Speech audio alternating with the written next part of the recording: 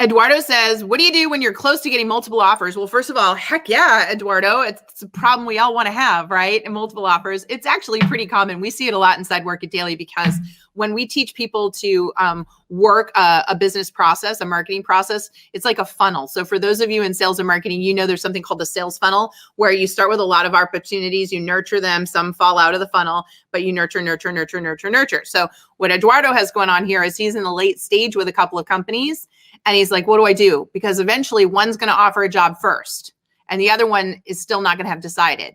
And Eduardo's worried and should be because he's thinking, I want to see what both offers are. I'm not sure which one I want to pick. However, you have to be really careful in this situation. And I've seen people screw this up so many times. What you cannot do, Eduardo, is when you finally get the offer from the one, you can't say, well, I'm waiting from another offer. And then once I know which one's better, I'm going to take it. The company will rescind immediately. And that's because they want to be your first pick. They want you to be in love with them as much as they're in love with you. This is a relationship. So when you tell them that they may come in second, they don't want someone who feels that way. And for good reason. We want you all in when you take the job. So the right thing to do in that scenario is when somebody makes an offer is to say, thank you so much. I am really excited about this offer. My gut instinct is to accept it on the spot, but the right thing to do is to take a day to really look it over, make sure that I don't have any questions regarding the offer. Will that be okay? And of course, take a day, no problem. You then immediately go to the other employer and you call them. You don't email them, you call them and say, hoping to connect with you. I've just been given an offer by another company, but I'm really interested in your company.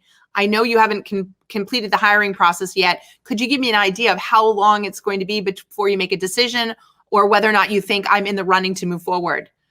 So I can decide whether or not I should take this other offer because I'm really interested in you. So what you're doing there is telling them your situation. You're not telling them, hey, you have to make a decision on me. You're saying, where am I in the process? Because I really like you guys. Basically, you're my first pick. Can you tell me where I'm at? That way, you're either going to get an honest answer, hey, you're probably not moving forward, in which case, great, you can take the other offer. Or, oh my gosh, it's another day or so. We'll know in a week, whatever. You'll get a time frame on when you're going to know. Now, based on that, you can go back to the other employer. If there's any negotiating that needs to be done, you've reviewed the offer, you get that done, and you can go ahead and accept that offer. And you're going, wait a minute, JT, but the other company said, yeah, I know that, but I've seen companies fall through, drag their feet, and I don't want you missing out on an opportunity. If in that time, because it'll probably be a week or so before you start, the other company comes through and their offer is actually better and you want it, then you'll take it. And yes, I know that backing out of the other job will be a bummer, but that's life. That's how it works. The truth is, most of the times, it's the company that comes to you with the offer first that is actually the better offer anyways.